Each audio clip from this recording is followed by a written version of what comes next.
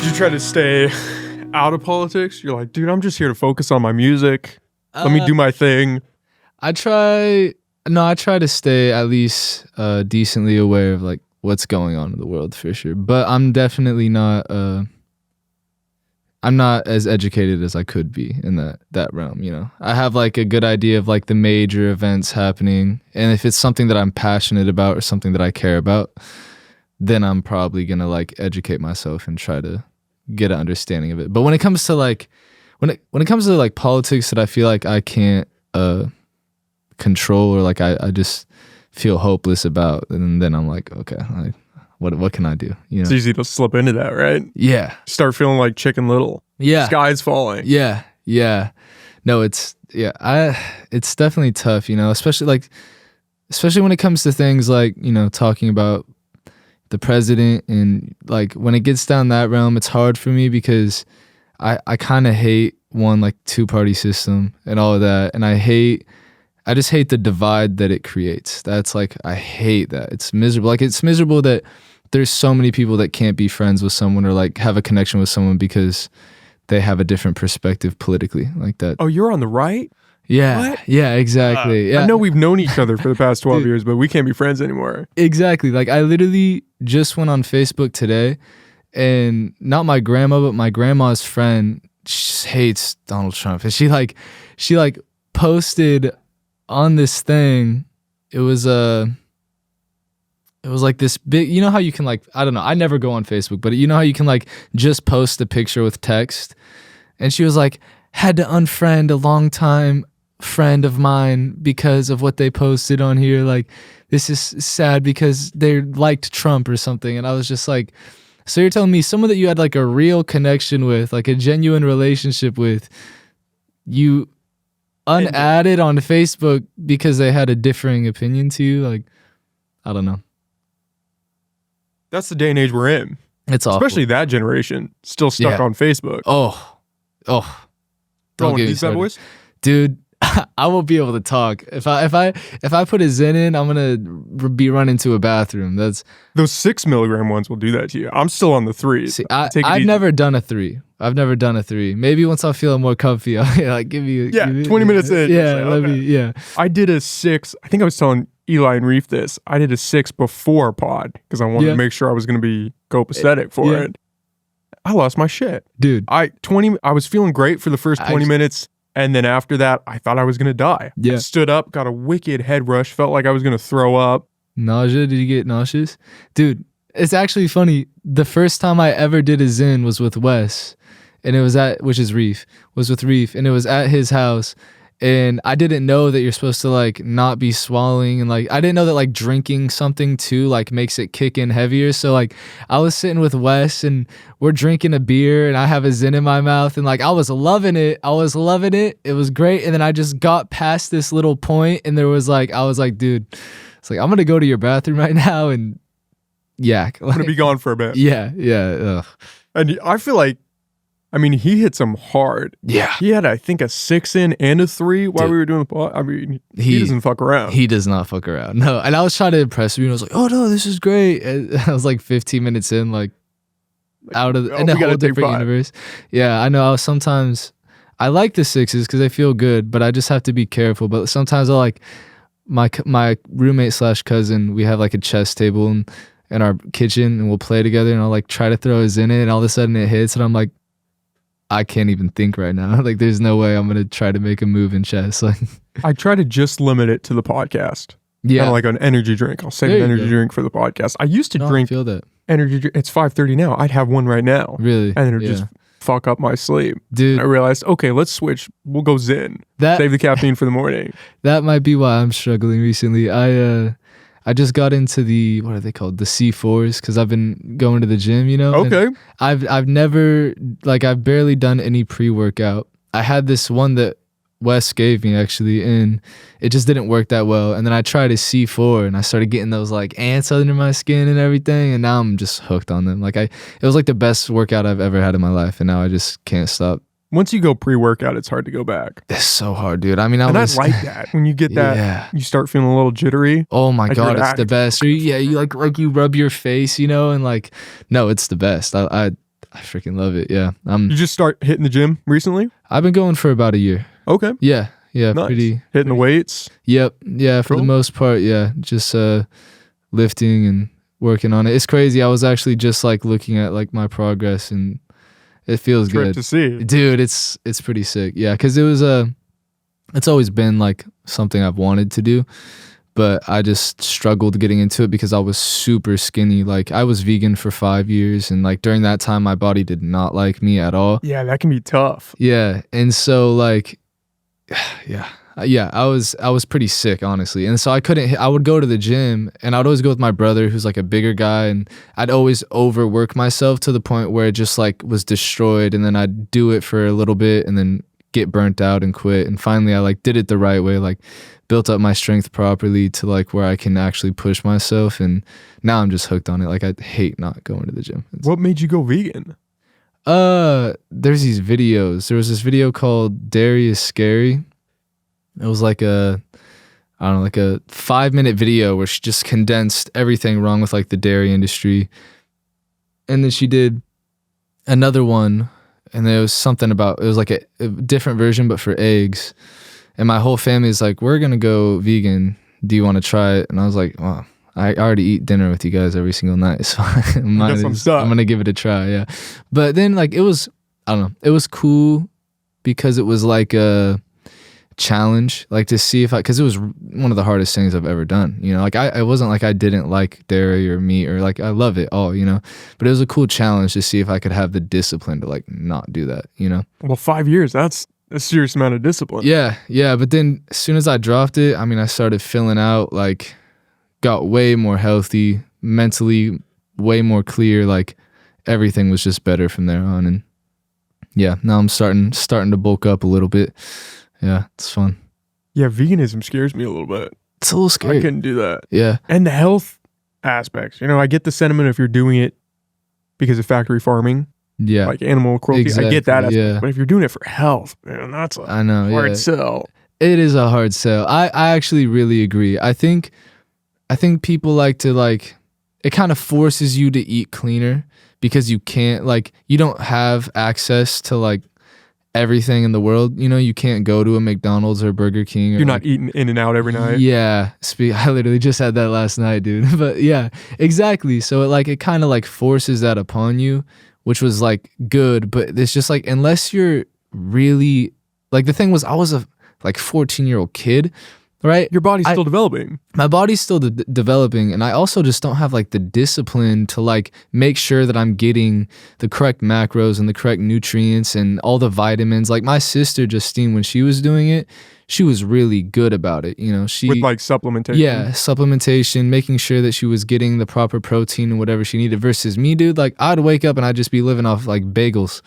Like I was just eating a bunch of bagels, and like I don't know, I was just eating till I was full. I wasn't actually paying attention to what was going inside of my body. So it was just, yeah. I've been flirting with the carnivore diet. Yeah. A little bit. Yeah. I'm not doing it fully. I have sourdough bread with olive oil. Okay. But I'm doing pretty much just meat and eggs. Yeah, I couldn't say goodbye to those carbs. Dude, bread is rough for me. Really? Some nice sourdough bread with some olive oil. Yeah. Pasta fucks me up. Oh yeah. Oh, I go to town on pasta. I don't even get me started, man. I'm eating tortellini like I swear like 2 times a week. I'm addicted to that stuff. Yeah, I'm the same way. Like, yeah, that's a tough thing to say goodbye to, but I'm sure it would be really great. Well, I've heard for strict carnivore, I've heard good things. Yeah. I've heard bad things too. I had a guest on, shout out to Jana. She was talking about how her friend got gout, which I hadn't heard that before. I just eating pure meat. Yeah, just doing carnivore.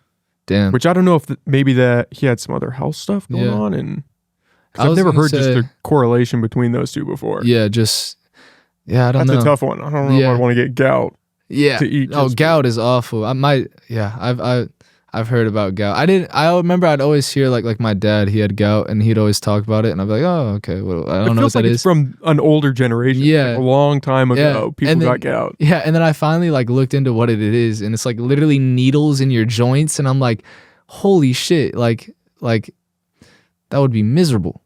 Can I curse on? Oh yeah, okay. You can say whatever. I was about to say Wes was on this podcast. There's no way that I can. Yeah. I think we were dropping F-bombs a few times in that one. I'm sure. Are we rolling? Yeah, we're going Oh, now. there we go. Yeah. Okay, perfect. I try to do just a rolling start. So That's it. more natural. No, I respect that. I was wondering. Yeah, that's much better. Yeah, no, but I can't. Yeah, I would say carnivore diet probably. Those extremes. Carnivore Yeah. diet, veganism. I think there's some balance in the middle that you Yep. can strike a happy medium and be okay. See great gains in the gym. Yep. I think the priority is just eating healthy. Yes. Not eating yeah. burgers all the time. Not eating a ton of just empty carbs. Mhm. Just eat healthy. And I think that's what I was gonna say, because like, yeah, you're forced to eat cleaner, I think, in veganism. Unless you're eating bagels all the time. Yeah, unless you're eating bagels all the time, but you're kind of like pushed down that path.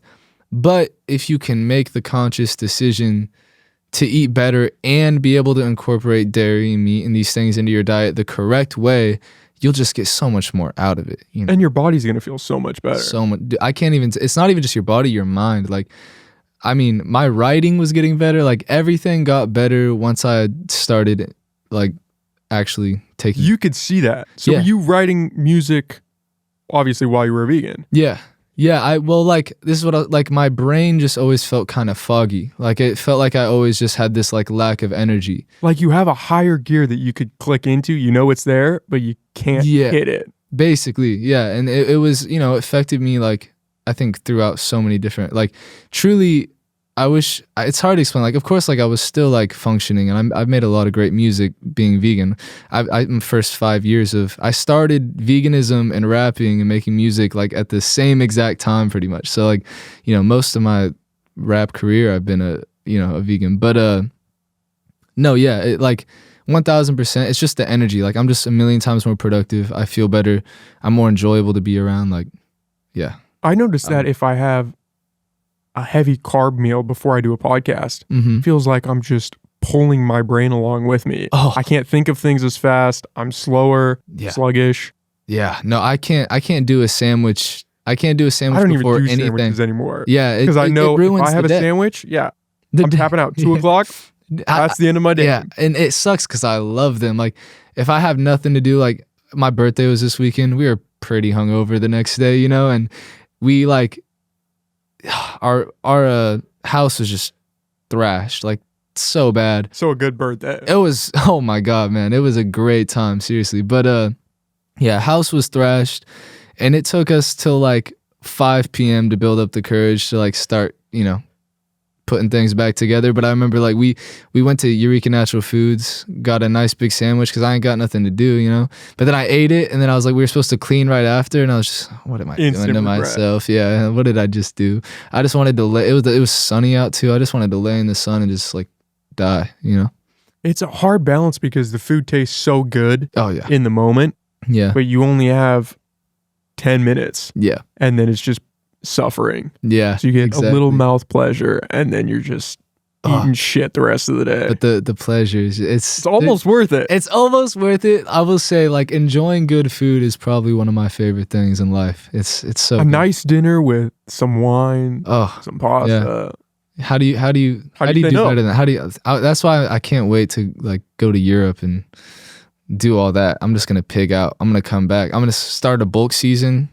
Yeah, you're gonna do a Europe tour where you're bulking. Yeah, come back like 50 pounds heavier.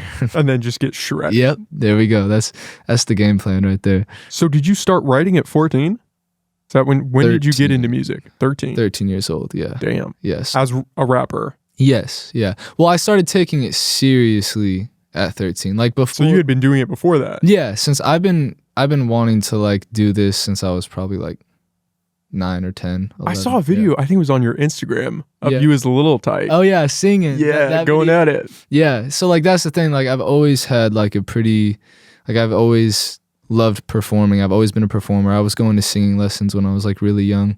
My mom, she's a hairstylist, and I would go to the front of her salon and like lay my hat down and like sing like a cappella. It was terrible. Like it was not good, but I would do it until I like made enough money to go to like Starbucks and get myself a drink or something like that. So like I was just like, if you ask anybody that knew me as a kid, I've always been like a performer. But 13 was like cause I was doing YouTube for a while. Like that's the thing. I've always been like very full of like personality and trying to like show that. I don't know where that stems from, but you know, and so I did YouTube for a while. I got really into that. I like taught myself how to edit, record, like do everything. Got pretty good. What year are we talking? This is like, I probably started my YouTube channel in like 2015, 2016, 2017. Like that, like I had like 500 videos on YouTube before I decided. I was like, I just got really burnt out. Kind of realized I wasn't incredibly passionate about it. Like there was aspects I enjoyed, but like, I don't know, it just got burnt out. I wasn't like super passionate about it. I always wanted to get good at music. It was just kind of like hard for me. It's well, like, the YouTube's kind of the back end from your music. Yeah. And the time that you have to invest into that work. Yeah. You'd be better off just working on the music. And that was like the kind of the realization I was coming to is like, there's this thing that I like a lot more that I'm kind of just scared to jump into because I know how big of a commitment it is and how hard it is. And like, obviously I'm not, you know, there yet in like a talent aspect of it, you know?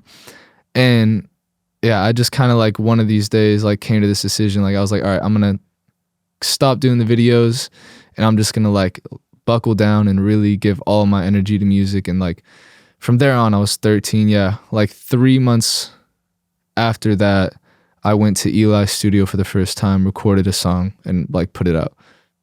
Yeah. Damn. At 13. Yeah. Yeah. 13 years old. Holy shit. Yeah. First song I ever recorded too wasn't terrible. Like I'm not going to play it or anything, but like, you can find it on I'll plug it in the video right now. Yeah. No, I love 30 seconds of us just listening. Just listen. No, yeah. But I still leave it on SoundCloud because it's like, you know, it's like a fun memory of like being 13 years old and doing that. It was actually so good. I couldn't release anything else for like a couple years because it was like, I like struck gold at the time for like my skill level. Too high. Yeah. My skill level at the time didn't match the song. And so I had to like build myself back up before I could, but yeah, you know, I was just like super locked in. It's cool. I have like my first couple of notebooks that I ever like wrote songs and it's really fun. Like it's like my prized possession. I love to like go back and read the terrible lyrics I was writing. Well, and you get to see the progression. Yeah, it's amazing. You get to see from where you started to where you are now and then cut to 10 years from now. You'll have all that documented. Yeah, that's the beautiful thing. That's the one thing I hate. Like now for me, you know, like my writing ability is at a point where it's like, it's almost inefficient to like write in a journal. And it's also just like, you know, the way I write, like I try things. I like to sketch out ideas and then build off of them and do all of that. And so writing in a journal, you know, I write a lyric and then I decide, oh, I don't really like that rhyme scheme or I don't like that. Like then I have to cross it out and then right below it and it gets really sloppy really fast. So like now I just do everything on my notes, you know, like the notes. Oh, that's app. smart because then you can just delete. It's cleaner. Yeah, exactly. I mean, it's quick. Like I can type quicker than I can write. But there's something aesthetic. Like I still probably write like a couple songs a month in my journal just like for the aesthetic of it, you know. I want to learn like calligraphy. Yeah, you know, I want to learn like cursive and then just so that like for the aesthetic of like writing in cursive, you know what I mean? So that like when if in like 1,000 years, if like everything's destroyed, you know, and like civilization has to rebuild and there's like archaeologists and they like find my old journal and it's like written out. They're like, look at this poetry written from like, you know, I don't know.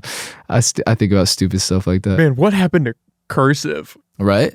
Yeah. I think they're actually, I think California just like passed something or did something to where it's going to be like seriously taught again in elementary school. That doesn't surprise me. California's so dumb. Kids are failing math, but we're going to focus back on cursive. Yeah. I can remember growing up, it must have been elementary school or grammar school. Yeah. You need to learn cursive because this is all you're going to do as an adult is write in cursive. And then somewhere maybe 5th grade, just fell off a cliff. Yeah. There was no cursive anymore. I know. Yeah. I would be so screwed if you put a full paragraph in cursive in front of me. Yeah. Maybe get through a quarter of it. I think I could read it. Maybe. I definitely couldn't write it. I could read more than I could write. I could not write it. I think I could write an R. I think that's as far as. But I want to get like a book just because it's aesthetic and it's kind of more efficient if you think about it. Like I feel like you can write a lot faster probably if you're writing in cursive because it's just like one motion, you know. And you're not picking up your pen and putting it down. Yeah, exactly. And so I feel like, you know, it's a more efficient form of writing. What does your writing look like for your songs that you're coming up with? Are you just going off, oh, this lyric kind of sounds nice, so I'm going to build this idea out? Or what does that look like in your notes app? It's different almost every time, kind of, you know. For me personally, it normally always starts with an emotion. Like that's what we're talking about. Like just like my process of writing. Yeah, it stems normally from emotions, and like I don't know, it kind of just like happens. Like it's really hard to explain. Like now at the place that I'm at, like I do writing drills sometimes, right? Where it's like, okay, like I want to, you know, work on this specific aspect of my writing. If it's metaphors or if it's one thing, rhyme schemes.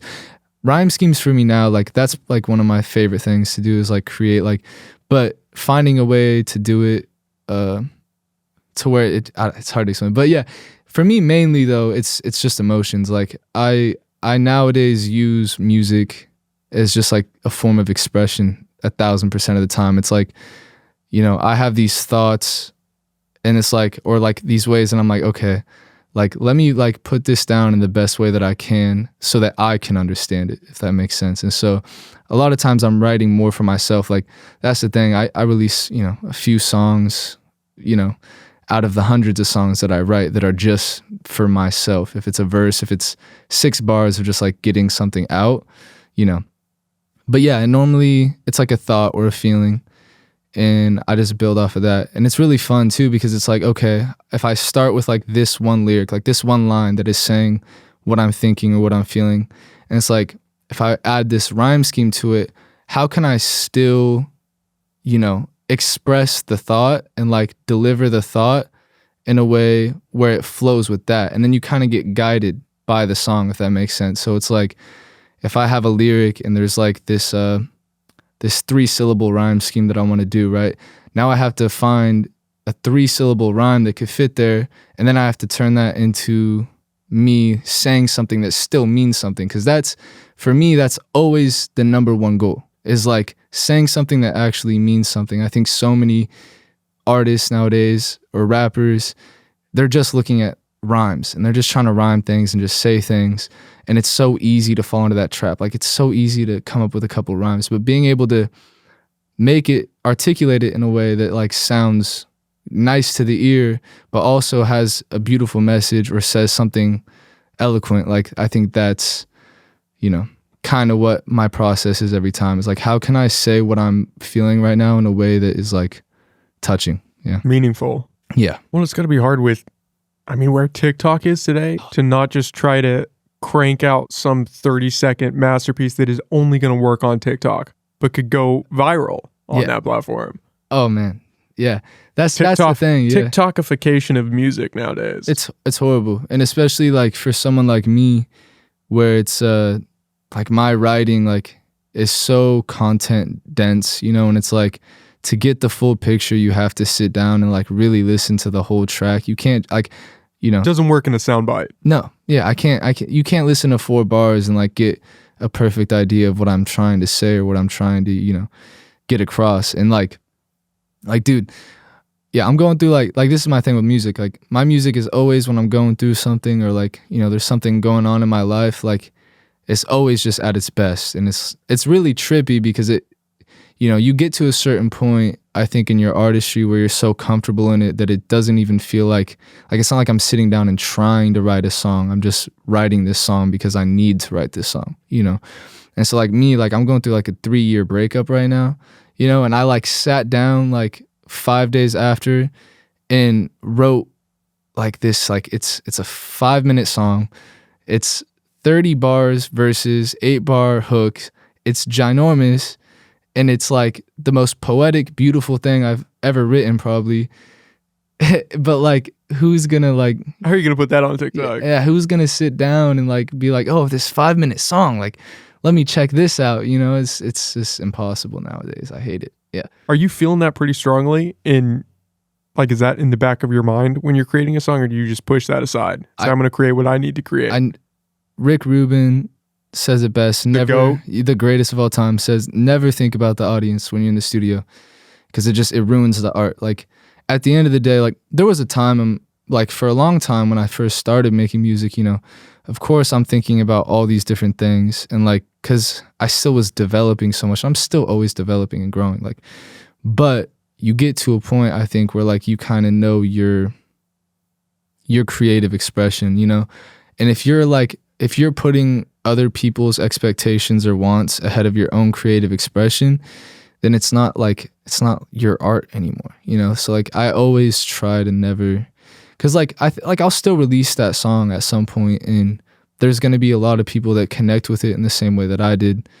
And if I'm just like always considering other people for my music, then it's just like, what do you get out of that? Because then you just sound like every other person. Like there's literally a million artists right now that are making those TikTok snippets. And so that's like why for me, like, yeah, I could sit down and write like these fun, simple rap songs, and I could do all that. But then where, like, I'm not going to be any better off doing that, because it's like, what sets me apart then? At least I'm doing something that, like, you know, very few people are taking the time to do nowadays, which is actually say something, you know? So like Actually say something. yeah. And so like I want to buckle down and like create my art and like put it out. And you know, there's still like, I think, a good audience of people that appreciate, you know, I see it when I go and I'll perform, and people will like talk to me after the show and like recognize my messages. Or when people reach out to me and they tell me that like this specific song that I made affected them, and like there's still like, and you look at, you know, one of the biggest rappers in the world right now is Kendrick Lamar, and like, you know, that's all his music is like music that is talking about his struggle and his vices and his problems. And you know, he has 53 million monthly listeners, and like that's cool though. Like, you know, like people, like I still make an effort, like, because I don't just love writing, I also love music. I have a passion for music as a whole. So it's not like when I'm making this, I'm like making it intolerable to listen to. Like I like to make my music sound good too. So I think it's like finding a balance. But it's, yeah. Well, if you're just creating because you think this is something that other people want, where does that go? Yeah, exactly. Then that's your entire life. If Yeah. you're not doing what you want. Catering to other people. Yeah. Yeah. There's you get nothing, lost down that rabbit hole. yeah. There's nothing wrong with catering to other people, you know, and like, you know, fun music gets made out of that. But I just see the process, and it's never been something I wanted to do. Like I've been to LA, I've like seen that whole realm, and I'm like, that's not even like art. Like, you know, there's these people that go to school for like songwriting, and they're like, okay, we have to sit down and we have to write this bridge right here if we want to, you know, connect for them and get that. And like, that's like a science at that point, which is cool. Like if that's what you want to do, and there's people that will like it because it sounds good to their ears. But like, I like making stuff that like means something to me, you know? And it's more powerful that way. I think people can resonate with that. Yeah. Because they're going through things in their lives. Yeah. And that's the beauty of music, you know, is like, I think the best music ever made almost 100% of the time is when it's done that way, you know? And there's something beautiful about it. Like for me, especially, like I love sitting down and like, I'm like, all right, I'm sitting down and I'm doing this for me. But in the process, I'm also like getting this gift from the universe of like, here's this other like beautiful thing that you now have that if you choose to, like, you can share, you know, that's like pretty cool. That's what I love about music, you know? Throwing it back to Rick Rubin again. He has another quote that says, all creation is an offering to God. And whether you're religious or not, I think you can take that and have it mean something. The idea that what you're putting out there is valuable. Yeah. And it's not valuable because other people might like it or it might resonate with them. It's valuable because it means something to you. Yeah. And you are creating this thing. Mm-hmm. And even if it just goes out into the ether and nothing happens, there's still value in that. Yeah. It was something that you brought into this world. Exactly. You just need to focus on that aspect of it. This is something that I am putting out there just for the pure sake of creation. Yeah. And literally, like you put that perfectly. And that's for me, the place where I'm at, like in my career more than ever. You know, when I first started, like there was a lot of underlining expectation of like, oh, you know, I'm a kid and like, I want this and that, and I want it in this period of time, and like, you know, so many different avenues. But in the process, I discovered this deeper passion that I didn't even necessarily start with, but like developed as time went on. And now I'm at a place where it's like, yeah, it's just an offering. And it's like, it's this incredible thing that you get to like choose to put out. And it as soon as you have expectation behind that, it's just like I'm at a place where it's like, you know, I'm gonna make music that I love and enjoy making it and use it as an outlet and, you know, see where it goes. But like, you know, and do everything that I can, because the ideal scenario is that I do like make this my living, because there's nothing else that I would rather be doing, you know? So like taking all the steps that I can, but then leaving it up to like whatever happens, you know, I think that's the way you have to do it. It's hard to get into that mind state though. Everybody wants overnight success. Yeah. Everybody wants to be the 40-year-old who finally makes it. Yeah. They're barely getting by for 40 years, and then finally it hits. I have a lyric in one of my songs. I literally say, got a feeling that I'm bound to be a winner, but I'll be 40 and a failure before 20 and a quitter. Currently 20 and I still haven't quit. So there we go. But yeah, you know, like, but yeah, obviously there's that side of it where like, yeah, you don't want to be that guy that it's always in the back of your mind. Yeah, you don't want to be that one. And I've seen it, and like, you know, I think if you do it with the right energy, but there's a bitterness that comes to it, you know, like I've seen the guys that they're not fun to be around because it's just like they're just mad it hasn't happened yet. Yeah. Yeah. And you can feel that energy coming off of them. Yeah. And especially when you're a young guy doing it, they like to project it on you. Well, especially if you're a young guy and you're doing slightly better than them. Yeah. Then dude. You really feel it. Oh my God. It's bad. Yeah. I've had to like stop, I've had to stop going to like, you know, certain places because there's like this dynamic where they try to like little bro me type thing, you know? And I'm like, bro, like, why are we little broing right now? Like, you know, from a success standpoint, like, it just shouldn't happen. Like, there should just be mutual respect. Like, I come here, I respect you, you respect me. But like, you know, it's like every time they would like announce me on stage, they'd be like, and the youngest one in the room, and that's the only way they would describe me, like the kid of the house and all these things. I'm like, there's other ways you could describe me. You could say, oh, this artist that writes poetic music, or this artist that does, you know, like there's so many other ways, but it's always like, you know, nitpicking that one thing. It's like just trying to take a little shot at you. Yeah, these little jabs. And it's like, you know, there's a sense of like, okay. Like, I don't know. It's funny. That resentment runs deep, man. Yeah. Yeah, and you can feel it, and I hate it too, because it's like, I don't know, you should be excited, you know, that there's still passion, you know, and there's you guys people are in the out same there. field. Yeah, you guys love music. You would think that if somebody else is doing this, it's because they love it, especially if they're not an overnight success. Yeah, to stick with it through the hard times. Yeah, you would have to enjoy it. If you make it to fucking 40 and 50 and you're still out here releasing music, like, you obviously do enjoy the art. You should see someone that's young that enjoys the art and be like, dope, you know, what can I do to help each other and like build off of that, you know? But people just don't have that perspective, which is like, it's whatever. It's almost like a cancer. Yeah. It takes hold of people. Yeah. It's the bitterness. Famine mentality. There's only so much success to go around. Yeah. And that's the thing, is like, you see it time and time again. That's just not how it works. Like, you know, the most successful people are people that are like people that grow together and build off of each other. Around them. Yeah. You know, so, but yeah, I've like, especially recently, like I'm going to school for barbering right now. Oh, no shit. Yeah. Yeah. I kind of got to a point where it's like, you know, I have all these expenses and I'm like, I have all these expenses and I'm like working full time to keep paying them and, you know, burning all my energy on things I don't care about. And I just like was like, okay, I need to like find something where I can like build around my music with it, you know. And I think with the open schedule and like the freedom of, you know, doing that, I was like, all right, I'm gonna just buckle down. And so like I've really been buckled down, like just focusing on like getting through that. And dude, I barely talk to like Wes is like the only guy I really even keep in touch with right now, and like that whole realm. And yeah, there's a few guys that are really dope and like really like have a positive outlook and like want to see people expand and grow. But for the most part, like, yeah, the scene here, I had to like step away from, because I was just like, I don't like the vibes. You just have to reinforce in yourself that this journey that you're on is your journey. Yep. And you having a negative impact on other people doesn't benefit you in any way. And this famine mentality, or this idea that their success takes away from my success, Yeah.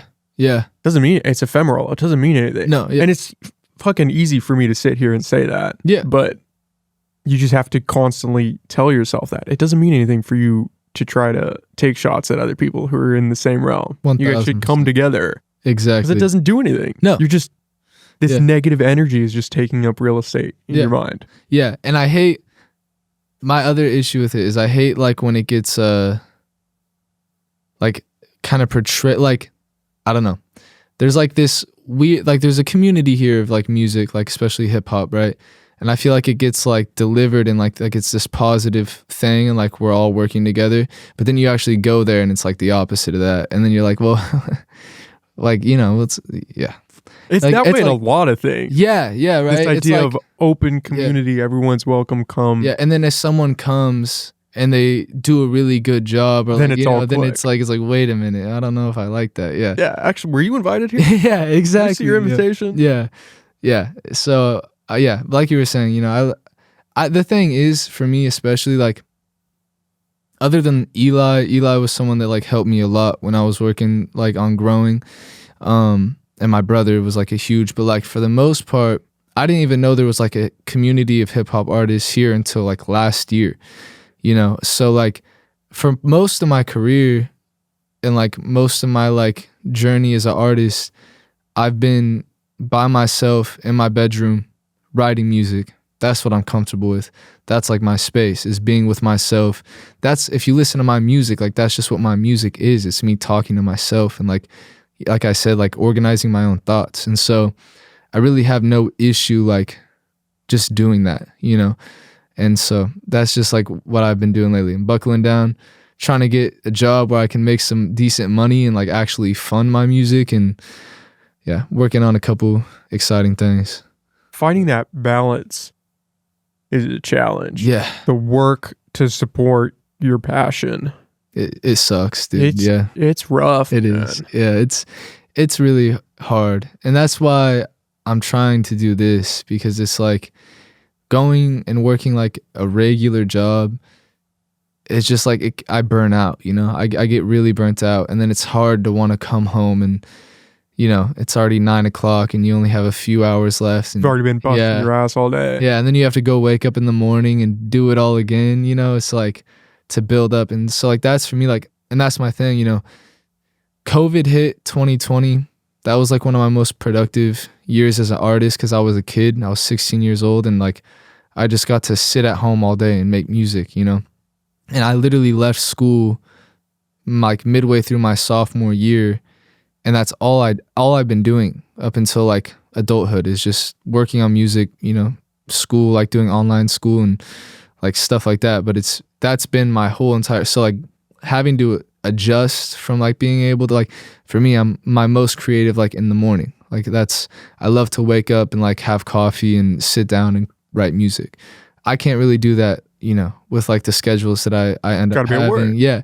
But if I'm barbering, if I'm cutting hair, you know, I could start at 12 and work till 7 or 8, you know, and I could have from like 8 in the morning to, you know, noon to just work on my music and like pick like the most creative and like my peak time to be, you know, working the best as an artist. And so that's kind of like my mentality, is building around it. And yeah, you know, making decent money too. Like if you get really good, like it's a good job. And so I enjoy it actually. I didn't think I was gonna, like, that's the other, you know, as you keep pushing along, you'll like discover passion. Like for me, like cutting hair, I was like, yeah, this is just an outlet to like make money. And then I started doing it, and it's actually pretty fun. So, well, it's creative.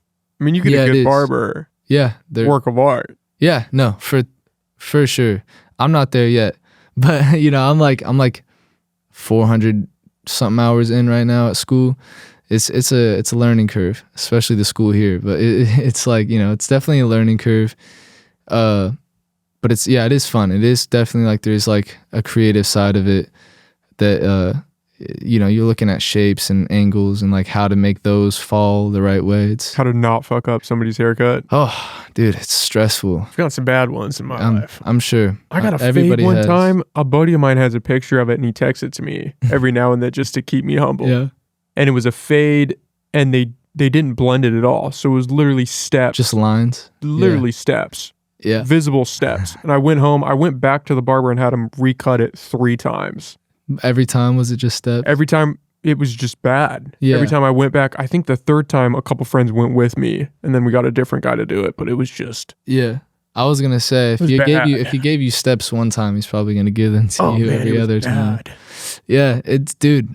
Fading hair isn't easy. I'll say it, but you got to have like some idea of how to knock those You got to out. know what you're doing. Yeah. That's like the one thing. Like the school that I go to, they have a barbering program, but it's mainly like a cosmetology based school.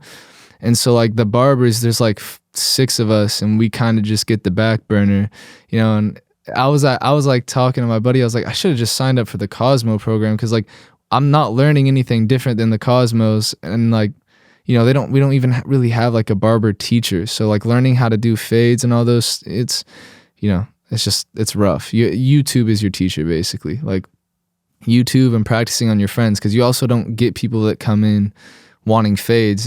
It's mainly like older gentlemen that want gentlemen's cuts. So like if you want high and tight. Yeah, if you want a gentleman's cut, I'm your guy. But right now, like I'd probably give you a little bit of Might be a step. there might be a line for sure. There's definitely going to be something, but yeah, That's life, man. The work balance is so tough in this day and age yeah, because you want to make money, Yeah. and shit is crazy expensive right now.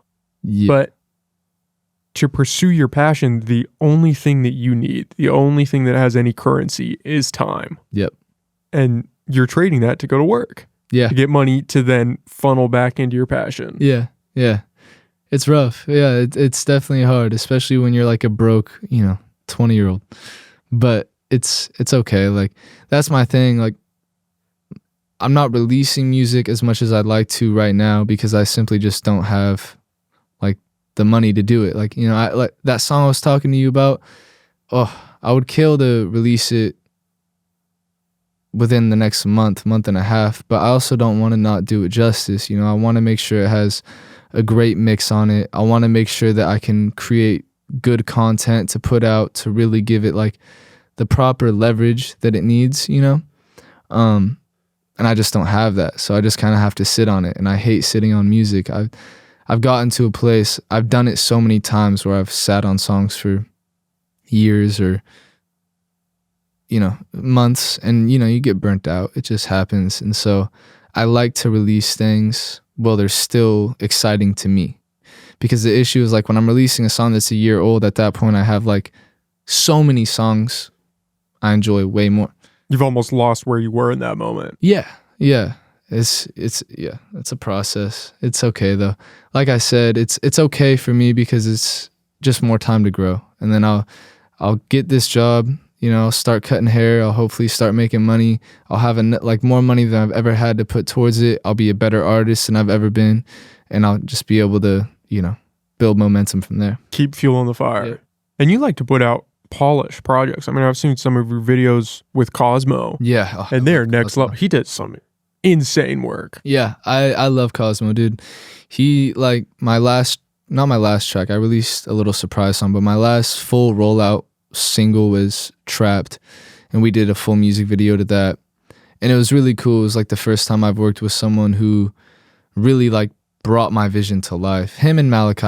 I work with Malachi, and we we're, Killer. yeah, we're great buddies. But Cosmo and I on Trapped, it was so cool. I had these ridiculous ideas of like, I want a bag over my head. I want to look like I'm getting suffocated. All these crazy things. And he's like, okay, let's do it. And I wanted the face like blanked out, different things like that, and crushed it. It all came together awesome. Yeah. It's got to be crazy seeing it all come together like that. Oh, Having the vision and then being able to see the finished project and It's so working with fun. someone that can help you Yeah. bring that to fruition. It's so fun. And that's my issue. I'm such a perfectionist. I was gonna start a series where I just set up like my phone, and I had a ring light, and I edited it myself and like did titles, and it's like visually like tolerable, but I'm such a perfectionist and I love making things great and good. Like, because the songs are good. Like, they're basically just these little clips, and it was like I would walk up into the frame and I would just kind of like rap. It was like a side profile. The angle never changes. The lyrics are above my head. The music's great. And it's just not fun for me. You know, it's not stimulating. I like to put out things that I'm passionate about, where I think, you know, they're like good all around. Everything about it is exciting. And Well, yeah, if you feel like your music's a 10, yeah, you don't want to put out a video that's a 3. exactly. Then it brings down the whole thing. Yeah, exactly. And that's my other thing. I love everything creative, like film. You know, I'm very passionate about cinema and all of that. Like, I have all these different passions and things I care about. In music, I feel like I get to experience a little bit of everything, and I like to make everything excellent. And so with that, you need some money, and you need people around you that are creative and talented. And yeah. I feel that, especially the money aspect. I mean, I can't help myself. Every day I come in here and I'm tweaking something, looking at new gear that I need to buy, trying to convince myself to push it off, that you don't need it. It's hard. It's so fun. Yeah, I mean, that's the thing. It costs money to like make great videos and to get the right mix and do all that. And so pay to play, man. Pay to play. That's exactly. life. And when you got a house and a car, that apparently comes first over making music and content, which is just stupid, right? It's interesting how you can just really choose your path through life. Yeah. I mean, you can do whatever you want to do. You have people who are going and working a stable career as a manager for a car rental company. Mm-hmm. And then you have people who are sleeping on a couch at a friend's house because they're trying to start up some small business or trying to create a podcast or do music. Yeah. Or act or do these other things, and you just are on completely different paths. But everyone's out there doing their thing. It's beautiful. The saddest thing is when you see those people who had that dream, traded it for some 9-to-5 or got sucked into a 9-to-5 because you've got commitments, life gets hectic. I'll be 40 and a failure before 20 and a quitter. That's real for me. The regret, imagine having to live with that regret of wondering. You don't have to imagine. Look around. Yeah, exactly. They're out there. I think about how gut-wrenching it would be, you know, to like think back in 20 years and be like, what if I kept releasing music and staying on top of it and growing as an artist? What would I have created by now? Like, how many albums would I have out? Pieces of art would I created that I didn't because I gave up or decided it wasn't worth it? That sounds terrible. Like, I don't think I could do it. I mean, I think about this sometimes and having started in like what it looks like. And I don't think I could ever let myself stop doing a podcast now. I've almost gaslit myself into the idea that this is it. Like I can't stop. This is just something that now I do forever. I'm going to be 80 years old, sitting across from somebody, having my hearing aids in. No. Can you speak up a little bit? Yeah, there you go. No, you have to gaslight yourself. That's the number one trick. Gaslight yourself as much as you can, you know. I feel like every dreamer or somebody that wants to like do great things, you got to have a little bit of delusion, you know. But I was going to say, it's definitely tough. Like, I want to travel heavily. Like, that's a big thing on my bucket list. There's a lot of things that I want to do, and finding that balance of career, music, and experience is like, I think, a big deal.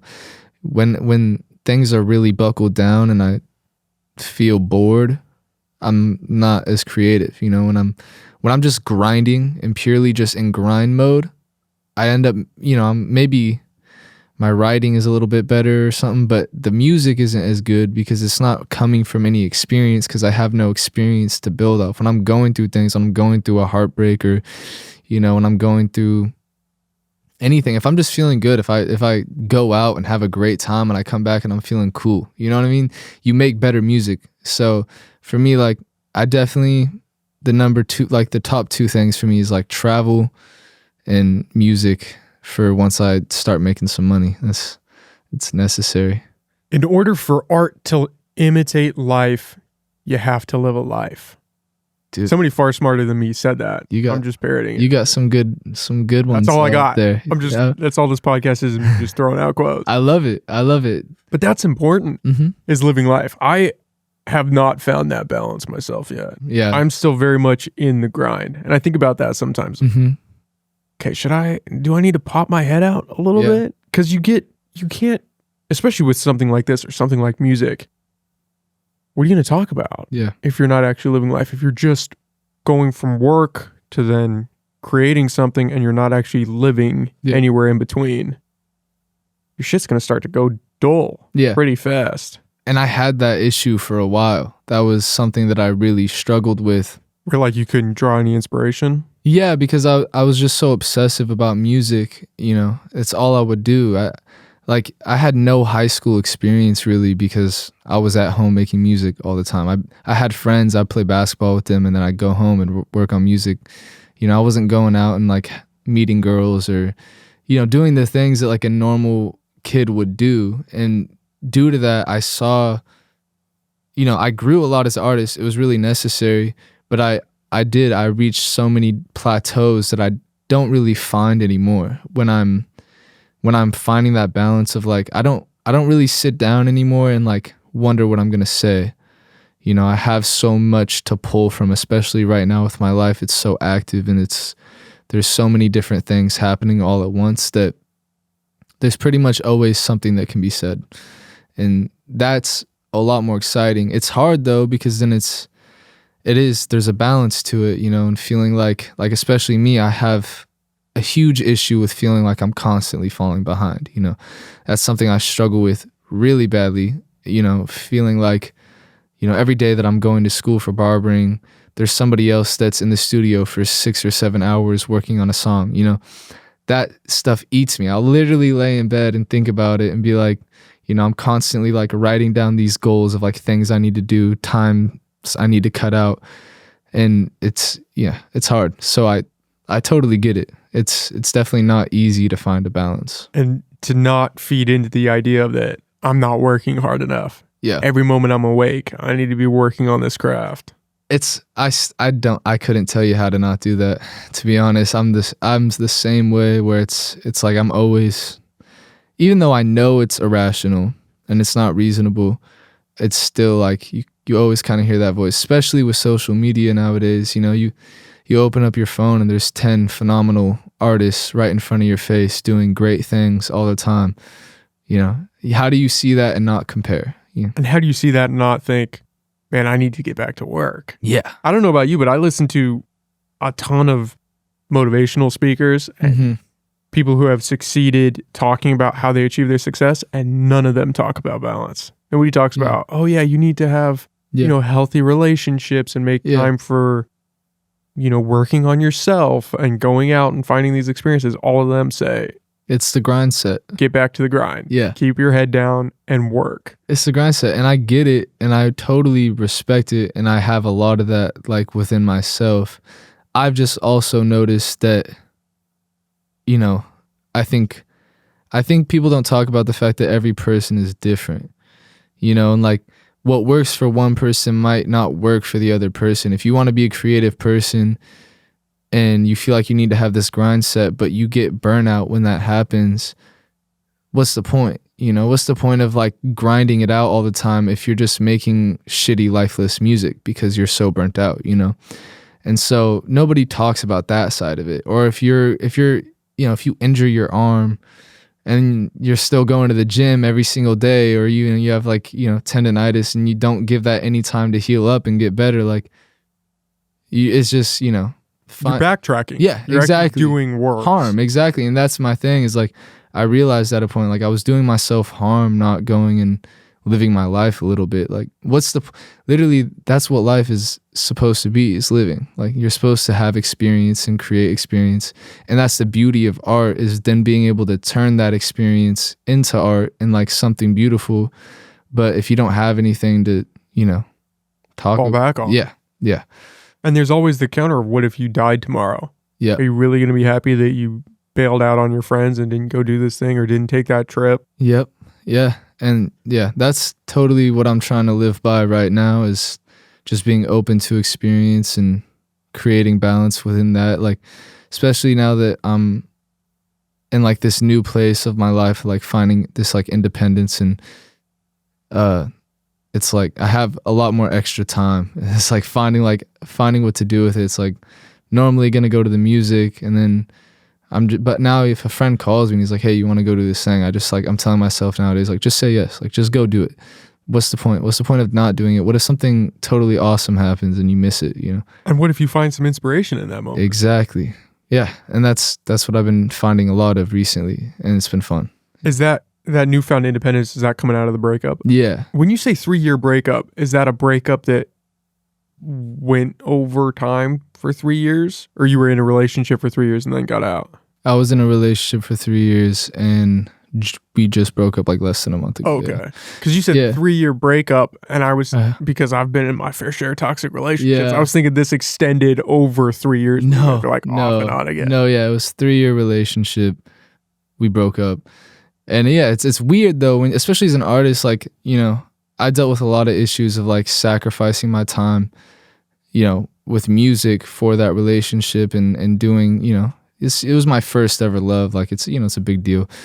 And it's exciting to like be able to have, you know, like it's hard. It's like this bittersweet thing of like, you know, losing like this crazy connection that you create, but then everything that comes from it, you know, like losing this relation, like now all my relationships with friends and family are like already deepening. You know, I'm like reconnecting with people.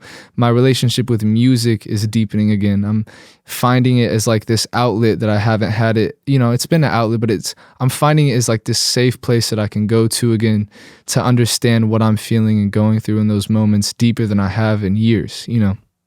And for me, like, you know, that's beautiful. It's like, it's really cool. And so that's, yeah, you know, this new independence of like, okay, I can like get home from school, make myself something to eat real quick, and then just spend the rest of my night in the studio. Like, I feel like I haven't got to do that in a long time. That's been really exciting. Yeah.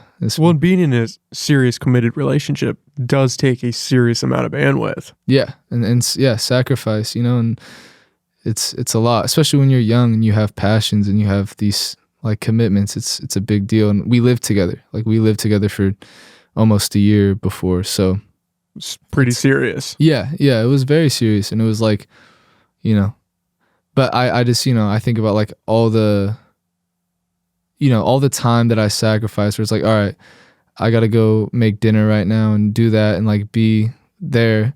And in the process, I was losing so much time where could be, you know, creating music and doing all that. So that's been really nice. You know, I find time in my week now where before it was like all that time's filled up. Yeah, you know, it was yeah. But it's been great. Like, I've worked on more music in the past 3 weeks than I have in probably a year.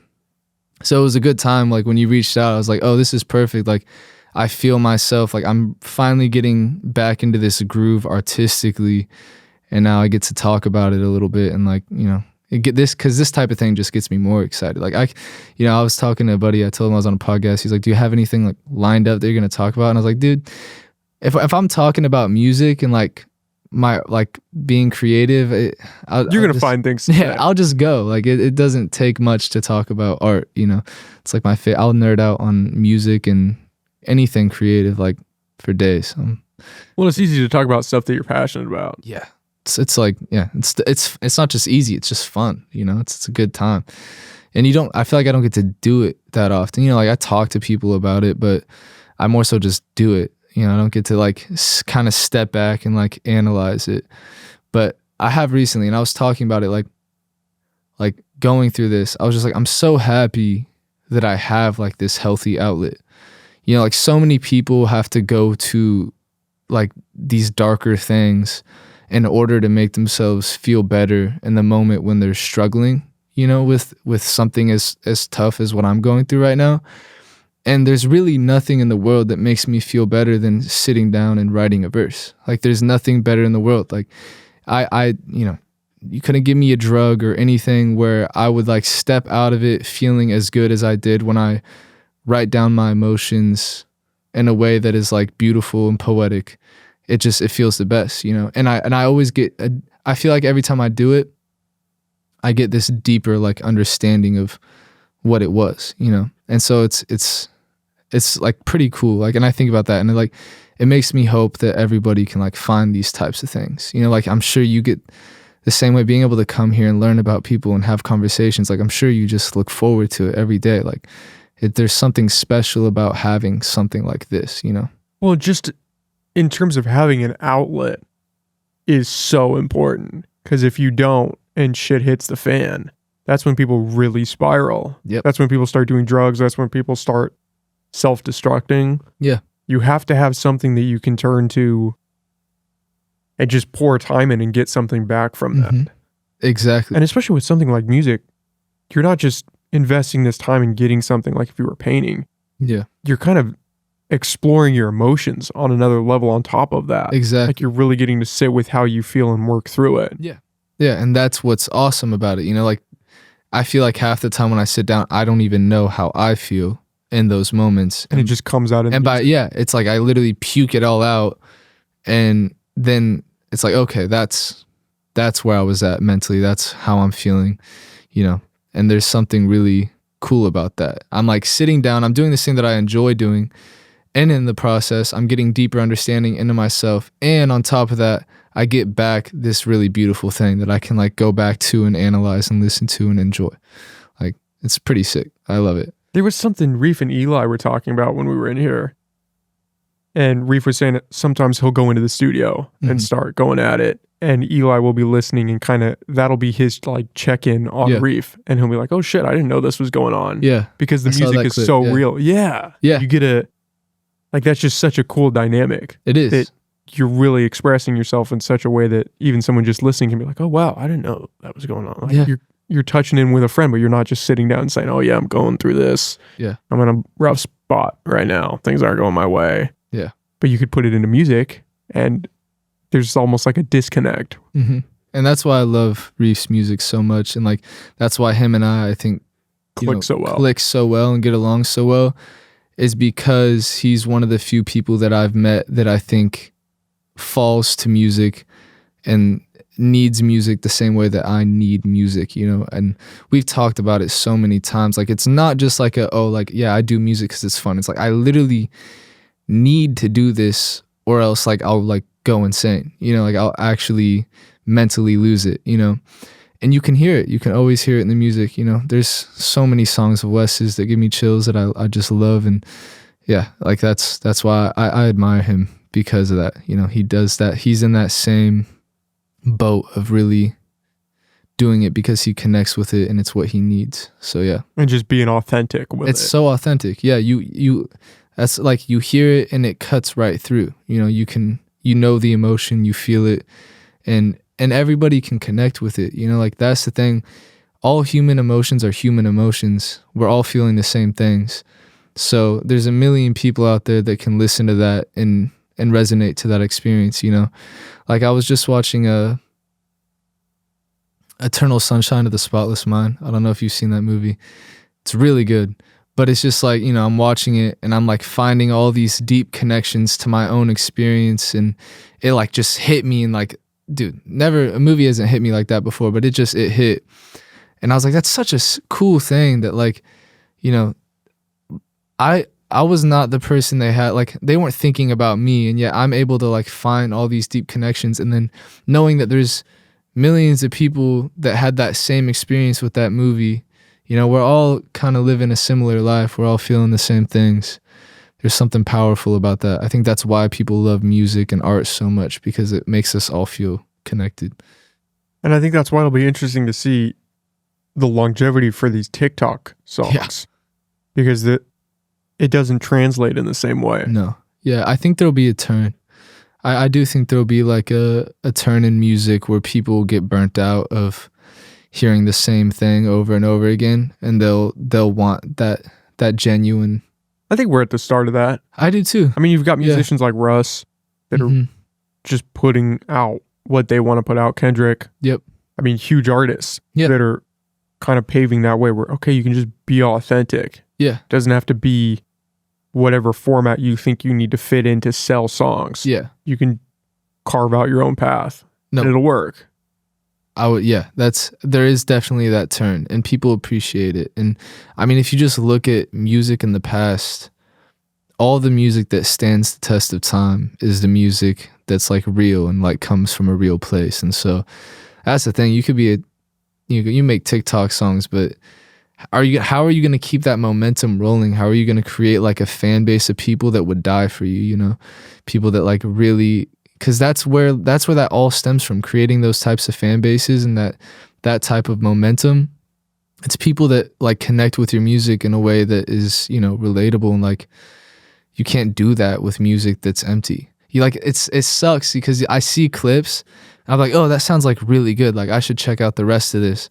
And I'll turn on the rest of the song and it's just like, oh, what is this? Like, you know, people literally make, like they find 4 bars and that's all they need to make sound good. And then they don't care about the rest of the song. I don't know. And man, there's something powerful about being sad and putting on a deep song, like Slow Dancing in a Burning Room. Yeah. Like, oh man. Or I Can't Make You Love Me by Bon Iver. You heard that? I don't know if I've heard that. Oh man. Yeah, I've been listening For No One by the Beatles. I don't know if you've heard that song, but that song, dude, oh my. Come on. Yeah, you know that? Yeah. They just like think it like oh my, it was my birthday. I had a moment of weakness and I like took aux and I just threw on For No One. I just like sat back and it was, you know, faded out of my mind. But like, you know, music that cuts deep, there's nothing like it. And that's the thing, you can feel it too. Like when you're sad, you know, like going through this, all of a sudden music sounds so much better to me, you know? I was getting to a point where like when I get in my car, I would listen to like audiobooks or podcasts just because like I was so burnt out on like listening to like the same repetitive stuff and just kind of feeling like I just get into funks with music where I feel like I'm not, you know, I haven't found some artist that I can obsess about or something like that, you know, and just I would like step away for a little bit and like refresh my ear. But you know, when you go through like a really tough period and all of a sudden all that music resonates again and hits again, there's nothing better. There's nothing better than throwing on a song that just hits the spot when you're feeling a certain way. It's the best. Music is something else. It is, yeah.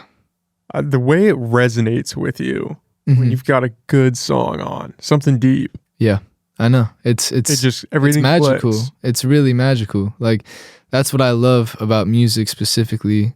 And you know, Rick Rubin talks about this, but it really does feel like it's like, you know, it's connecting with something otherworldly, you know. And that's what I like it feels like music, you know, when you really do it with like genuine intent, it's like you're getting this gift from the universe, you know. Like it's pretty amazing. And then you get to give that gift to other people. And like we get to experience, you know, we've like being able to experience the Beatles, you know, like this like that, their whole story and everything and the music they create, like it's like magic, you know, the way it all came together and the music that was developed and created, and you just listen to that and it's like, how did these people even come up with this? And it's pretty. And imagine if those guys quit a day before they made it. Yeah. And you never had the Beatles. Yeah. And that's the other thing, dude. Think about all the incredibly talented people that are still at it that we have no clue about. I mean, I don't know. Do you know who the Critics are? Yeah. Yeah, you know the Critics. So Ethan, the drummer for the Critics, we go to school together. Like we've become like best homies recently. We're really close, and I've been hanging out with all those guys, and it's been really fun because there are other guys that are just so passionate about music, and it's like, you know, you talk about it and you see these, and they're so talented. I mean, I went to their studio and I was just hanging out with them and I was like watching them rehearse, and like I was so deeply inspired just watching them because they're the multi-instrumentalists and they're so talented and incredible, and I'm just like, dude, how do these guys not have, and they make amazing music, like they make really good music, and the stuff they're working on now to put out, like they're so good, and you're like, it's crazy, like these guys are just like these random kids in this town, you know, and they're incredibly talented. And then you think about how many other incredibly talented kids in some random towns there are, you know, it's like there's thousands of them, you know. You can look at that in an optimistic way or a, you know, pessimistic way, but it's still kind of beautiful. Like it's like music is something that it's it's worldly. It's everywhere. And there's so many people that are so good at it, and like it's the best thing to be good at too. I swear, like there's nothing cooler than being able to create music. And yeah, if you had to pick one talent, yeah, that one's pretty high up on the list. it's pretty high up on the list. Yeah, like music, basketball. It's always fun being good at basketball, but like music, writing. It's normally the creative stuff, podcasting. I wish I could talk without saying like. I wonder how many times I've already said like on this. I don't think you've said it that many That many times? Okay. Yeah, I think There you we go. have. My first podcast I ever went on, that was a filler word like no other. I did better on Barnable Pod, but I had to like mentally tell myself, okay, you got to catch yourself, because all of a sudden you're just like, when you like do this. You're preaching to the choir. Yeah. Take you I a got minute. a lot of podcasts. Oh, you got a lot of people probably. No, huh? well, me. Yeah? Yeah. You? Oh, man. How many guests do you get that? There have been a few. There's been a few. Yeah, there have been a few. Have you gone through and like tried to cut some out, or like No, you I just put it out there. Yeah. I don't want to start cutting things and manipulating it like that because I feel like then, It's not genuine. well, yeah, and then it gets a little sketchy. Mhm. What are you doing? You're What did you just manipulating the cut out? podcast? Yeah. Yeah. Then are you cutting out other portions? I just feel like Did they say something that you didn't want to be No, shared? this is just a personal. Well, no, that I'm saying like oh, did this person say something you didn't agree with or you didn't want shared, so you cut it? If I was asking like the question, like keeping it uncut shows that it's genuine. Yeah. Yeah. No, I've never cut. Yeah, I've had people ask, Yeah, and then that gets a little dicey. asked to cut. Yeah, because then you kind of have to stand on that ground. Yeah, of being because then like, it's the integrity of the podcast is how I look at it. We Yeah. come in here. I'm not going to bullshit you. I hope you don't bullshit me. Yeah. And we're going to do this. Yeah. And then to cut something out of that just feels disingenuous to the people that are listening. Yeah, 1,000%. Because then you're manipulating your stuff. Yeah, It's not real anymore. no, I It's would all manufactured. I would agree. Yeah, But it gets dangerous. yeah, If you start coming in here and saying some wild crazy shit. stuff. Yeah, And then, like Wes. 2 was days Wes- later. you're like, but then He 2 said days no. later you say, hey man, we Yeah. got to talk about the podcast. I need you to Yeah. X some stuff out of there. Sorry, man. Stand on what you said. At the end of the day, Sorry, man. you gotta stand on that 1,000%. I agree. I think you got the right idea. I think you're on the right trajectory for that. That's why people love Joe Rogan. That's why it's the biggest podcast in the world, because it's actually genuine and It's you know, real. he gives people an outlet to say what they want, even if he disagrees with it, and he pushes back, and it creates a real, genuine discussion. And he has every single person from different viewpoints. Like that's what people, and see, like that being the biggest podcast in the world, I think is a testament. Like people want something genuine. Like people are looking for that in that realm, and I'm sure like in the music realm as well. There's something about. I think the more it's in short supply, like that genuineness, like the more people are going to be hungry for it and they're going to want it. So I think Yeah, I that's agree. good. I think that's There's good. just so much bullshit out there yeah. that to find something real, whether it's music, whether it's podcasting, it's got a gravitational force field around it where it pulls people towards it. Mm-hmm. Yeah, I could open my phone right now. I bet the first thing I'd see was some bullshit. There's a lot of it out there, man. Yeah, it's inescapable. So yeah, I think that's good. Even if I stutter or say like a lot, I'll Yeah, cut to 2 days from now when you text me and say, hey man, dude, we got we got I'm gonna need you to clean this up a little bit. Yeah. No, yeah. Yeah, I mean, it's a win-lose, or it's not necessarily win-lose.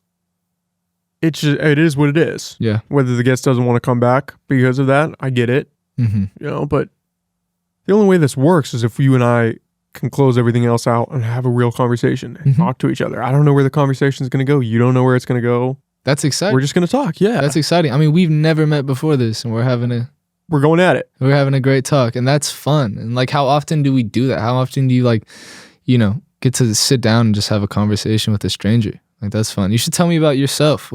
I'm not that interesting, man. Your music is way more interesting. Stop. No, I highly doubt that. I'm sure you. I mean, like, why do you love podcasting? You love learning about people, or just like? I think I did it kind of in the same way that you and Reef found music. Is just that I think I would be lost without this, especially having done it now, because you don't get this. I mean, how often Yeah. are you talking to somebody and you're not checking your phone every 5 seconds Mm-hmm. or watching TV while semi-engaged in the conversation Yeah. and getting to talk to people that you've never met Yeah. Look them in their eyes. and have a conversation Yeah. Not with a only complete that, stranger? yeah, and you get to pick them out too. You get to pick out people that seem interesting or like it's a cool conversation. It's kind of like throwing a dart. Yeah. I hope I hit something hope, good. hope it's a good one. Not a Because sometimes you can come in here and you're talking for 5 minutes. And you're like, this is not gonna go well. Yeah. We're gonna have to wrap this up. And I used to back in the day, I would drag them out. Yeah. So even if it wasn't going well, we might be in here for an hour. Yeah. It's like we could have ended that at 10 minutes. Yeah. Could have just done introductions. Cool. Nice to meet you. Thanks Great for coming on. conversation. Plug your Yeah. stuff. We'll get out of here. That's got to be torture. The 1 hour conversation that's not flowing. I just feel bad for the guest. Yeah. I'm like, I think you're feeling what I'm feeling. Yeah. And then I'm we're kind of just- holding them captive a little Yeah. bit.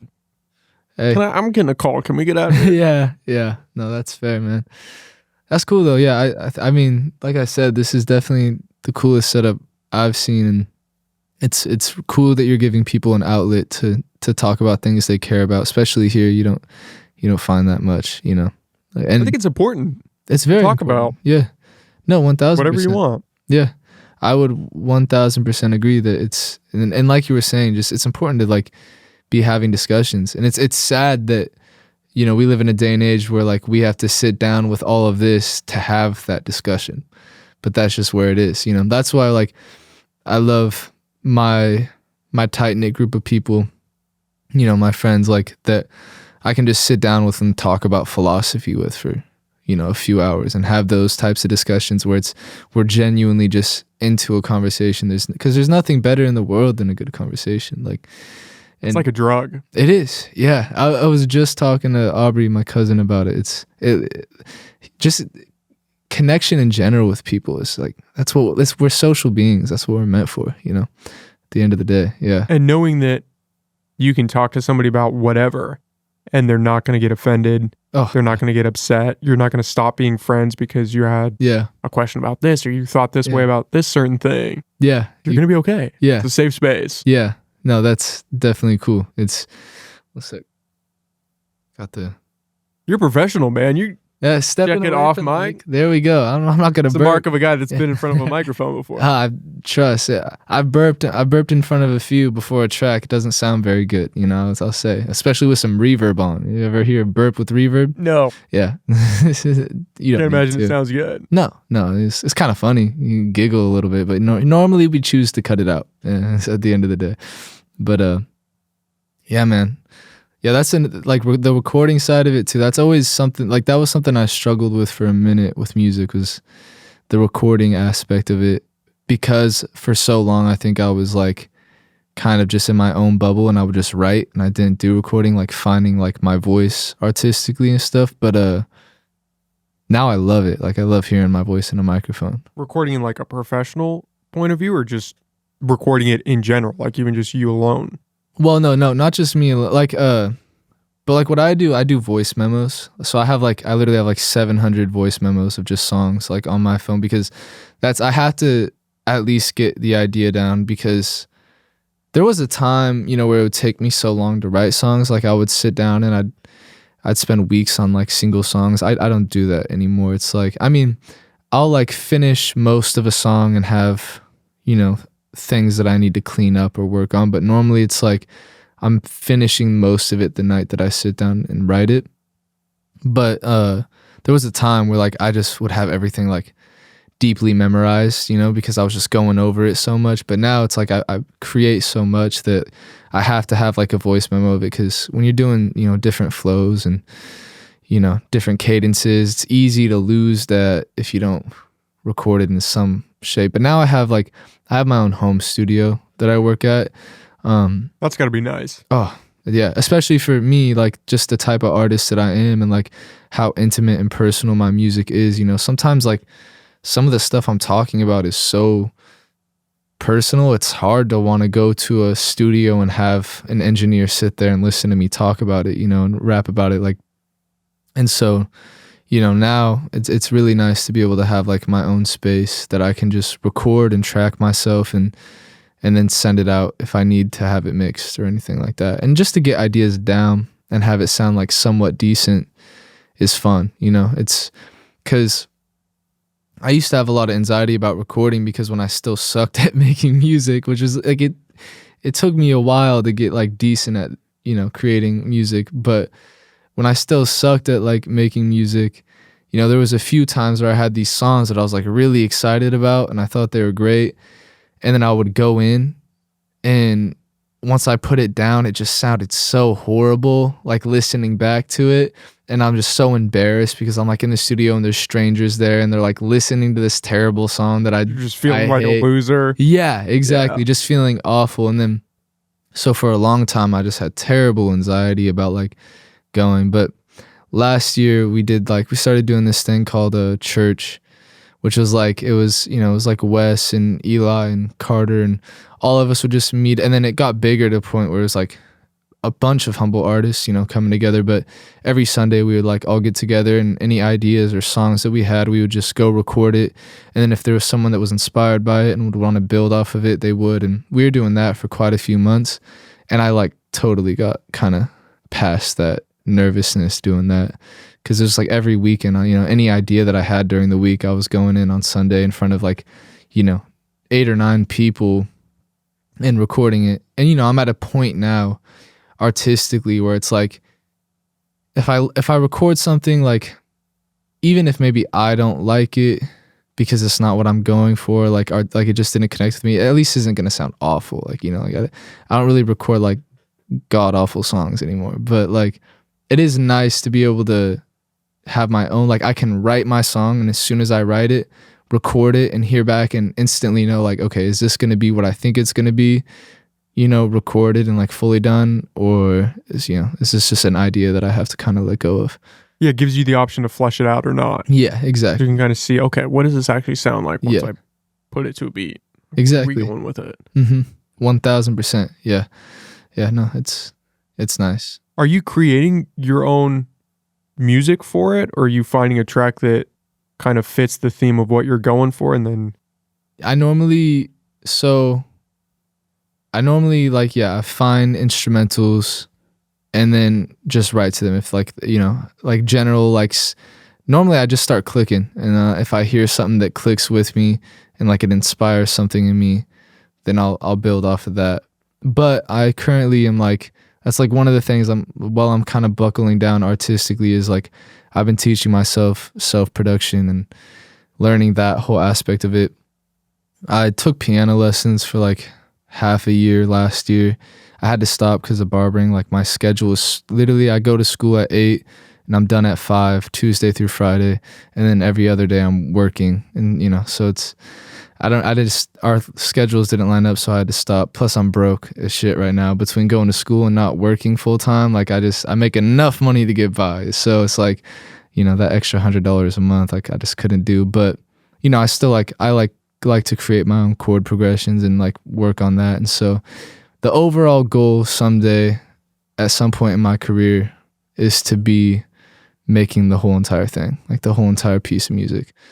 So, well, that's going to be a cool level to hit, because then there's absolutely no constraint. Yeah. You're not hoping that you can find somebody's beat that kind of aligns with what you're going for and then can mend what you've got on your end to fit it.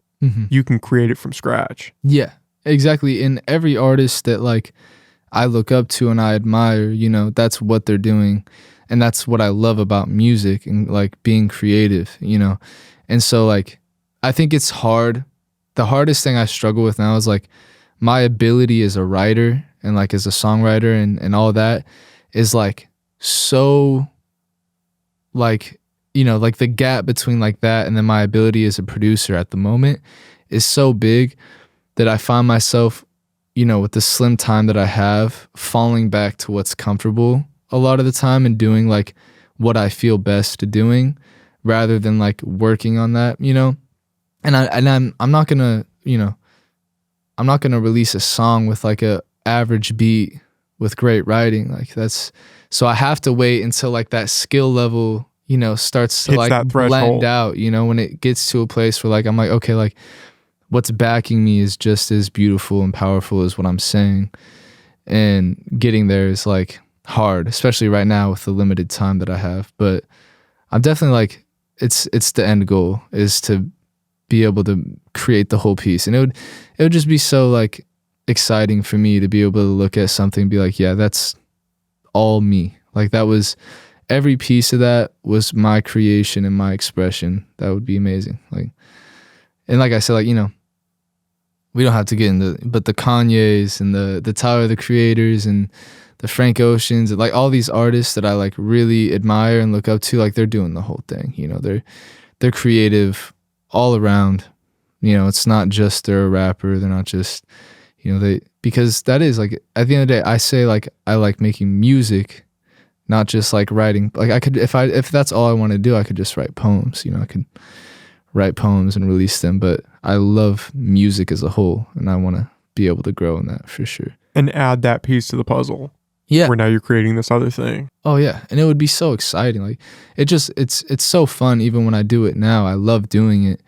You know, it's just like I said, it's like I get done at the end of the day with everything, and it's late, and I have like these like 3 hours or these 2 hours that I have to use wisely before it's, you know, time to go to sleep and do it all again the next day. It's hard for me to decide in that moment, yeah, I'm gonna like work on this thing that's really like hard for me right now, and I'm still pretty meh at, you know, personally, at least for my standards of like what I want to do and what I want to be, when I could go to this thing where it's like I get to express myself in a beautiful way. I'm good at it. It's my favorite thing to do out of anything. You know, it's like, how do I have that discipline to choose to be like, oh yeah, for that time period, I'm going to work on this. So I always normally end up falling into just writing with it. But before I was going to school, I was spending, you know, multiple hours a day learning like production and doing all that. It's just hard when the time gets cut down so heavily. Back to time commitment, man. Yeah. I downloaded DaVinci because I want to get into color grading for the podcast. Yeah. Kind of spruce up the colors a little bit. Yeah. And I haven't exported anything with it because I have to learn how to use it. Yeah. And so it's either learn how to use a new tool that will eventually pay off, or do what I'm currently doing because I have the work backload and a finite amount of time to get it done. Yeah, it's efficient for you right now. Yeah. Yeah, that's the exact same thing. It's literally the exact same thing, you know. It's like making that decision and figuring out what's best at the moment. And like I said, you know, when I have the time, it's 1000% something that I'm going to get good at. And I literally will, like, any free time I have, I'm watching videos on, like, I literally just made a fat investment into this MPC. It's I don't know if you know what an MPC is, but they're basically like, I don't know if you've seen, like, you know what chopping samples are? Like No. this. Okay, so like a sample is like, you know, like you'll find like old records, right? And you can take them and like flipping them into something new, creating new music out of it. If you ever hear, you know, songs within songs. Yeah. Like, yeah, I know what you're exactly. So talking that's like what a sample is, you know, and being able to like, basically MPC takes those and like that's the machine that you use to chop it up and like turn it into those songs. It's like what a lot of boom bap is created on, which is, you know, a big genre that I fall into. Anyways, it's a beautiful piece of machinery, very expensive. And, you know, I was like, I have to do this because if it's in front of my face every day and I'm looking at this like amazing thing, I'm going to, you know, push myself to work on it more.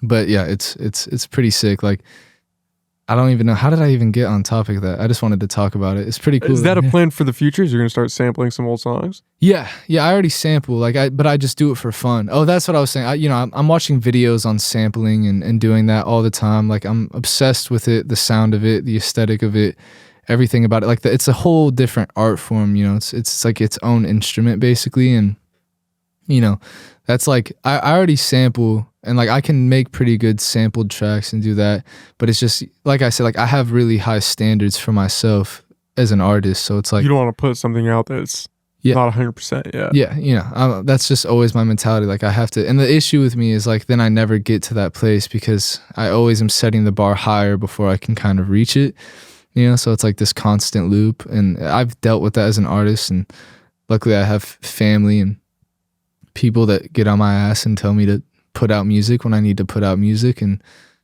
but otherwise I would just never release music because I'd be like, oh, it can be better. I can do this, But yeah. It's a double-edged sword because you could work on something forever to try to get it perfect. Yeah. But you can get it to a point where it's good enough and then start working on the next thing. Exactly. Kind of have to walk that edge. Yeah. And the thing is, I mean, if you work on something too long too, you can ruin the genuineness of it. There's something about making stuff that's raw and feels a little bit raw. Like people really like that. If you fine tune something too much, then it doesn't feel real anymore. So I try to walk that line. I'm pretty good about it now. Like I said, I used to work on songs though for months. Like I would just to the point where it was just too much, lifeless. Yeah, exactly. That's why I try to hold it to the stuff that I put down that first night. Like it's not going to really get better than that because that was the moment that it was born. It came to life in that moment. So it's it's not going to get much better than that. Like having that foundation, all you can do is because I normally reach a point where I kind of simmer down and I'll feel like I've said everything I need to say. And normally I'll be 6 bars short of what I probably should, finish if I want the classic 16 bars or, 16 bar second verse or whatever. It's normally I fall a little bit short to that finish line. And then I kind of I'll record it on my voice memo, obsess over it for a week, just listening to it. Cause I there's nothing better than listening to your own music. I don't care what anyone says. What's the point if you're not, listen, what's the point of making music if you're not going to enjoy it yourself? So I'll obsess over it for a couple weeks and then normally forget about it. And then I'll start to go down the rabbit hole of listening to my old stuff, and I'll find something and I'll kind of have a new perspective on it. And then I'll be able to kind of finish it off if it doesn't all happen at once, Most of my best stuff though, I finished it the night of. Happens in the moment. Yeah. Literally, I think every single song that I released last year was a song that I wrote in one night and then, recorded whenever and put out. But most of the time that's how it goes. If it's a song that is really special, it's there's something that sparked You're just feeding that. off that inspiration. Yeah, exactly. But there, I've definitely had really good songs where I've had to, and I'm working on a project right now, and there's a few songs that I think would be great for that project. That it's I was I just missed the mark of finishing it, but it's also I'm at a point now as an artist I can write 4 more bars to finish telling the story in a good way. So yeah, it's fun though. It's yeah, I'm really excited. That's the thing. I hate being broke because if I wasn't, that project would be coming out in a couple months, but who knows? I'm hoping I have a couple singles that I really want to get out just because they're really fresh and they're some of the most beautiful things I feel I've written. And then I want this project that I'm working on, I'm hoping to get out this year. I want it to release this year. So that's the goal. And I'll be done with barbering school by late July. Should have you'll have a little more time. Yeah, should have my license by end of August, early September. Hopefully if I can get in, start working, make some money. We'll see where it goes. Hopefully I'll be able to yeah. Check this. Give me 1 second. Oh, you're all good, man. That's perfect timing. That's our cue to get out of here. My camera crapped out. There we go. So Yeah. that's perfect. Yeah. Thanks for doing this, man. This was a hell of a lot of fun. I had a great time, yeah. We'll definitely have to do it again. I would love to. Yeah. Awesome. Hopefully next time, I'll have some music on the way that I can be oh, it's coming out soon, or something to talk about. But yeah, it was fun. I enjoyed just chopping it up. Yeah, it was a great time, man. Yeah. Do you want to plug where people can find you, where they can find your music? Yeah, I would say Instagram would be the best place because from there you can find anything. It's I'm Rowdy with an extra Y. I am ROWDY with an extra Y. YY. Yeah. Awesome. Thanks, man. Yeah, thank you, man. I appreciate you.